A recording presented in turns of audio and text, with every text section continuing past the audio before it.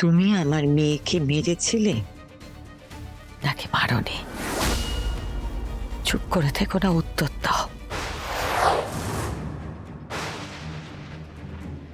অর্ক, কি হয়েছে? কি দাদা, তোমাকে উঠতে হবে না, দাঁড়াও, তুমি রেস্ট নাও। বসতে হবে না। কি হয়েছে মা? দাদা, আমার মনে পড়েছে তোমার হাতে বন্দুক ছিল, তাই না? বলো দাদা, তোমার হাতে বন্দুক ছিল তো?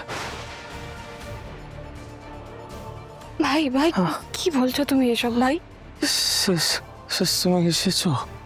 ভাই, আমি তোমার দাদা সবাই এসেছি, আমরা দুজনেই এসেছি। আমি ঠিক দেখেছি তো দাদা, তোমার হাতে বন্দুক ছিল তো। অর্ক, তুমি দাঁড়াও আর্য। অর্কর কাছে যাওয়ার আগে আমাকে শুধু একটা কথা বলে দিয়ে যাও। তুমি কি রাজনন্দিনীকে খুন করেছিলে? মা, তুমি আবার উত্তর দাও আর্য। চুপ করে আছে দেখে বুঝতে পারছেন না অর্ক সত্যি কথা বলছে? আমি তোমার মুখ থেকে শুনতে চাই আর্য, তুমি আমার মেয়েকে মেরেছিলে নাকি মারোনি? চুপ করে থেকো না, উত্তর দাও। দাদা বলো না দাদা, তোমার হাতে বন্দুক ছিল তো? হ্যাঁ, আমি ঠিক দেখেছি তো।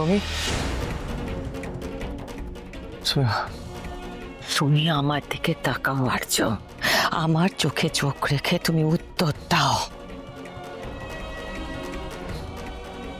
দেখো মা, তুমি তো আমাকে এতটুকু বিশ্বাস করনি, তার মানে, তাই তো? এতটুকু বিশ্বাস নেই আমার উপরে? একটিবার তুমি আমাকে নিজের মুখে বলো আর্য। কি উত্তর দেবে মা? একজন খুনি তোমাকে কি উত্তর দিতে পারে? আর যদি দিও দেয়, অবভিয়াসলি মিথ্যেই বলবে।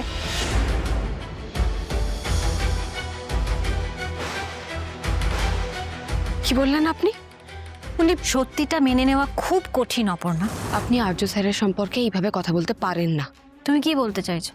একজন খুনিকে আমি খুনি বলতে পারবো না? ওর কথা তোমাকে শুনতে হবে না, ওর কথা তুমি কানে নিও না। তুমি শুধু আমার কথার উত্তর দাও, আর কারোর কথা তোমাকে কানে নিতে হবে না। তুমি শুধু আমাকে বলো যে তুমি আমার মেয়েটাকে কিছু করেছিলে। মা দেখো, এর উত্তর তো আমি আগেও দিয়েছি, আগেও বহুবার বলেছি। আবার একবার জানতে চাইছি তোমার উত্তর দিতে অসুবিধাটা কোথায়? উত্তর দেওয়ার হলে তো এতক্ষণে দিয়ে দিতেন। এইভাবেই তো এতদিন আমাদেরকে। মানসী, চুপ করো তুমি। এত অবান্তর কথা এখানে তুমি বলো না।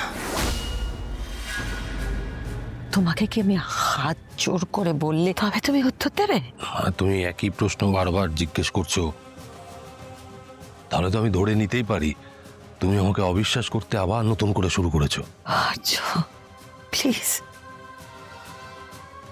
হ্যাঁ না একটা কথা তুমি ওকে মুখ ফুটে বলতে পারছো না? না, পারছি না।